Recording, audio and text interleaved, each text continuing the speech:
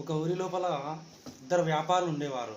వాళ్ళిద్దరు కూడా తమ సరుకులంతా తీసుకొని వేరే దూర ప్రాంతాలకు వెళ్ళి అమ్మాలని చెప్పి సముద్రం లోపల ఒక పడవ లోపల ఎక్కించి వాళ్ళు బయలుదేరుతుంటారు. అయితే కొద్ది దూరం వెళ్ళేసరికి ఏమవుతుందంటే మరి ఎక్కువ అలలు వచ్చి సముద్రం పొంగి పడవ నడిపేవాడు చనిపోతాడు.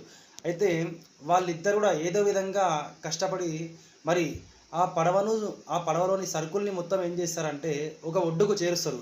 చేర్చిన తర్వాత వాళ్ళిద్దరు కూడా వాళ్ళకు ఆహారం కోసం అని చెప్పి పక్కకు వెళ్ళి ఆహారం తిని వస్తుంటారు.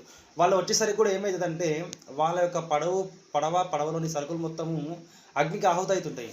ఆ విధంగా అయితుంటే ఇద్దరు వ్యాపారులు ఉంటారు కదా! ఒక వ్యాపారి ఏం చేస్తారంటే ఇక ఈ సముద్రం ఈ ఒడ్డు దగ్గర మనల్ని కాపాడేవారు ఎవ్వరు లేరని చెప్పి, అదేవిధంగా మన డబ్బు మన మొత్తం కూడా అగ్నికి ఆహుతాయనని చెప్పి ఇక జీవితంలో ఏం లేదని చెప్పి ఆయన ఏం చేస్తారంటే యువతల వ్యాపారి ఏం చెప్పినా వినకుండా కూడా ఆయన ఏం చేస్తారంటే ఇక జీవితమే వద్దని చెప్పి సముద్రంలోకి వెళ్ళి దూకి చనిపోతాడు. కానీ ఇంకో ఆయన మాత్రం ఏం చేస్తారంటే అదేవిధంగా భగవంతుని నమ్ముకొని ఉంటాడు.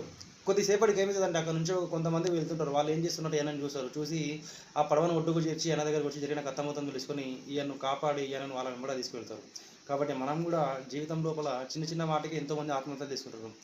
చాలా వాటికి చిన్న చిన్న ఎగ్జామ్ లోపల పాస్ అవ్వలేదని, లవ్లో ఫెయిల్ అయినామని చెప్పి ఇంకా వేరే వేరే విషయాలు చిన్న చిన్న వాటికి సూసైడ్ చేసుకుంటున్నారు. కాబట్టి జీవితంలో ఏది కూడా శాశ్వతము కాదు.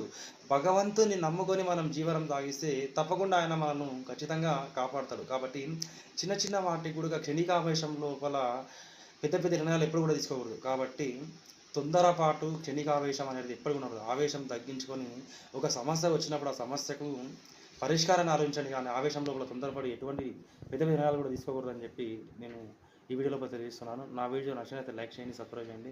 స్వామి శరణం, స్వామి శరణప్ప.